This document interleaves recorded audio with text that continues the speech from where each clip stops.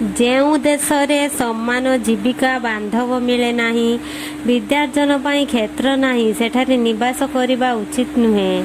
ମନୁଷ୍ୟ କେବଳ ରୁଟିରେ ବଞ୍ଚିବ ନାହିଁ, ମାତ୍ର ଈଶ୍ୱରଙ୍କ ମୁଖରୁ ନିର୍ଗତ ପ୍ରତ୍ୟେକ ବାକ୍ୟରେ ବଞ୍ଚିବ। ଜୀବନରେ ଦୁଃଖ ଆସିବା ପାର୍ଟ ଅଫ୍ ଲାଇଫ୍, ଆଉ ସେଥିରୁ ହସିକି ବାହାରି ଆସିବା ଆର୍ଟ ଅଫ୍ ଲାଇଫ୍। ଉପବାସ କରିବା ସମୟରେ କପଟୀମାନଙ୍କ ପରି ବିଷଣ୍ଣ ବଦନ କର ନାହିଁ।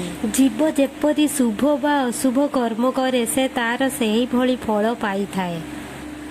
ସମ୍ପର୍କ ସରିଗଲା ବୋଲି ମୁହଁରେ କହିଦେବା ବହୁତ ସହଜ, କିନ୍ତୁ ଜଣକର ସ୍ମୃତି ଲିଭାଇବା ସହଜ ହୋଇନଥାଏ। ସାଧୁ ଅନ୍ୟଙ୍କୁ ଦୁଃଖରୁ ରକ୍ଷା କରିବାକୁ ଯାଇ କଷ୍ଟ ସହିଥାଏ, ମାତ୍ର ଦୁଷ୍ଟ ଲୋକ ଅନ୍ୟକୁ ଦୁଃଖ ଦେଇଥାଏ।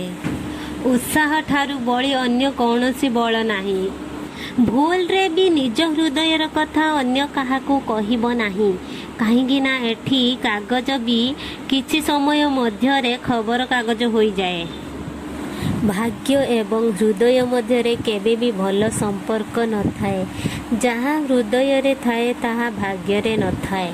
ଯିଏ ସମ୍ମାନ ମିଳିଲେ ବି ଗର୍ବ କରେ ନାହିଁ, ଯିଏ ଅପମାନ ହେଲା ପରେ ବି ରାଗେ ନାହିଁ ଏବଂ ଯିଏ ରାଗିଯାଇ ବାଧିଲା ଭଳି କଥା କହେ ନାହିଁ, ବାସ୍ତବରେ ସେ ହିଁ ମହାନ ହୋଇଥାଏ।